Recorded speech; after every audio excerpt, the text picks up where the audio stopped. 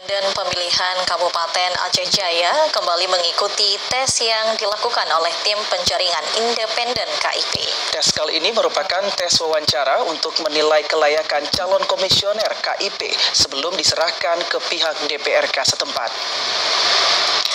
Sebanyak 21 calon komisioner Komisi Independen Pemilihan Kabupaten Aceh Jaya mengikuti tes wawancara. Tes wawancara untuk para calon komisioner KIP Aceh Jaya dilakukan oleh tim penyaringan seleksi independen yang berlangsung di kantor DPRK setempat. Dalam tes wawancara, para peserta dilakukan secara tertutup dan hanya diikuti satu peserta setiap sesi. Pada tes wawancara tersebut, para penguji memberikan sejumlah pertanyaan kepada para peserta, terutama menyangkut kepemiluan dan berbagai pertanyaan lainnya terkait kegiatan pemilu. Dengan harapan para peserta yang terpilih nantinya memahami dan mampu menjalani semua kegiatan pemilu di Kabupaten Aceh Jaya. Setelah selesai mengikuti tes wawancara, tim pelaksana seleksi nantinya akan diseleksi dan hanya tinggal 15 orang dari 21 peserta yang mengikuti tes wawancara dan direncanakan akan diumumkan dalam waktu dekat.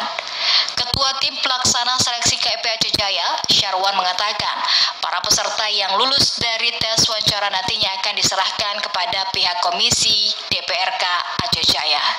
Menurutnya, dalam pelaksanaan tes wawancara berlangsung dengan aman dan lancar, bahkan semua peserta hadir dalam mengikuti tes wawancara, walaupun satu peserta kurang sehat namun tetap mengikutinya. Hari ini dalam rangka tahapan terakhir di pansel untuk wawancara calon anggota KIP Kabupaten Aceh Jaya. Yang mengikuti sesuai hasil pengumuman tulis kemarin itu 21 peserta. Pertanyaan kami sudah kolaborasi semua dari tim pansel itu berbeda-beda. Ada juga tentang undang-undang pemilu, proses rekrutmen PPK, dan juga hal-hal lain yang terkait dengan kepemiluan. Nanti akhirnya setelah wawancara ini peserta tinggal 15 besar. 15 besar ini akan kami serahkan ke Komisi A DPRK Aceh Jaya. Tim Pansel KIP Aceh Jaya berharap para peserta yang terpilih sebagai komisioner KIP Aceh Jaya yang benar-benar kompeten dan memahami segala teknis kepemiluan sehingga kegiatan pemilu tahun 2024 bisa berjalan dengan